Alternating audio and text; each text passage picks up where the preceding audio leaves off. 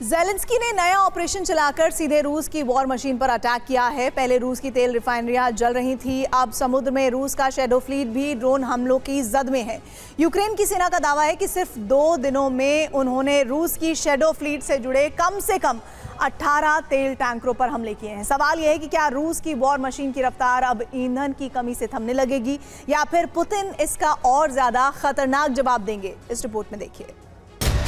पहले केवल रूस के जमीनी तेल रिफाइनरियों को निशाना बनाया जा रहा था, लेकिन अब समुद्र में तैर रहे रूस की शैडो फ्लीट यानी तेल टैंकरों के गुप्त बेड़े को भी तबाह किया जा रहा है।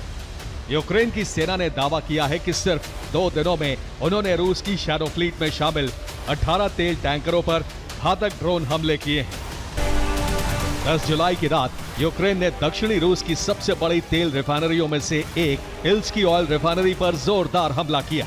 सालाना 66 लाख टन तेल तैयार करने वाली इस रिफाइनरी पर यह 17वां हमला था। इसके अलावा अजोव के एक बड़े तेल टर्मिनल पर भी यूक्रेनी ड्रोनों ने सटीक निशाना साधा और पूरे टर्मिनल को जला दिया। इससे पहले 8 जुलाई को सारातोव ऑयल रिफाइनरी पर हुए हमले के बाद वहां उत्पादन पूरी तरह रोकना पड़ा था।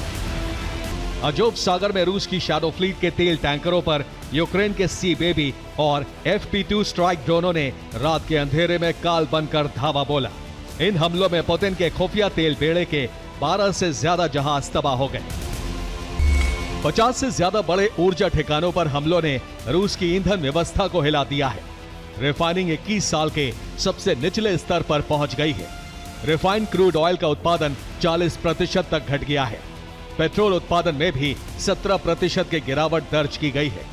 घरेलू मांग के मुकाबले ईंधन की उपलब्धता करीब 15% कम हो गई है। रूस के आधे से ज्यादा क्षेत्रों में अब राशनिंग लागू करनी पड़ी है। कई इलाकों में एक बार में सिर्फ 30 से 50 लीटर ईंधन ही दिया जा रहा है। क्रीमिया में आम नागरिकों के लिए पेट्रोल की बिक्री तक रोक दी गई है। कुछ इलाकों में पेट्रोल की कीमत 140 रूबल प्रति लीटर यानी करीब 170 रुपए प्रति लीटर तक पहुंच गई है। हालात ऐसे हो गए हैं कि कई पेट्रोल पंपों पर 12 घंटे तक इंतजार करना पड़ रहा है।